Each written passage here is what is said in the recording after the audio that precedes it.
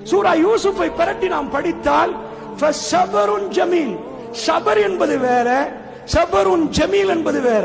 அழகான பொறுமை. குர்ஆன் நமக்கு பிரட்டி தருக்கு படித்து தர்ற பாடம் முழு குர்ஆனை பிரட்டி சமரைஸ் பண்ணினா அதுல பெரிய பகுதி பொறுமைக்கு வந்துரும். என்ன பொறுமைண்டா அது குர்ஆன் சொல்லி தரது ரெண்டு வரியில சொல்லல.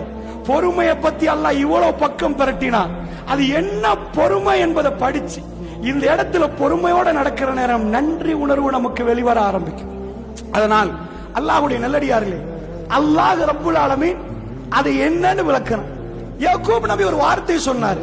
யூசுப் நபியை கிணத்துல போட்டுட்டு வந்த உடனே ஃபஸபருன் ஜமீல் வல்லாஹுல் முஸ்தஆனு பிமா தஸிஃபூன், நான் அழகிய பொறுமையை கடைபிடிக்கிறேன்.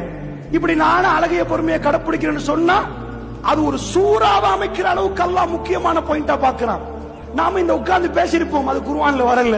ஜனாதிபதி மார்ல அறிக்கை விட்டிருப்பாங்க, அது குர்ஆன்ல வரல. மன்னாதி மன்னர்கள் பேசுறது குர்ஆன்ல வரல. எங்கேயோ ஒரு இடத்துல யாக்கூப் நபி தந்த பிள்ளைகளை பார்த்தா சொன்னத யாரும் வீடியோ பண்ணல, யாரும் ரெக்கார்டு பண்ணல. உலக அழிவு வரைக்கும் அதை ஓதினால் இபாதத் என்று சொல்லுகிற அளவுக்கு அல்லாஹ் ரப்புல் இஸ்ஸா அதை பாதுகாக்கிறான் என்றால் அவருடைய கல்பு எப்படி நொந்திருக்கும்.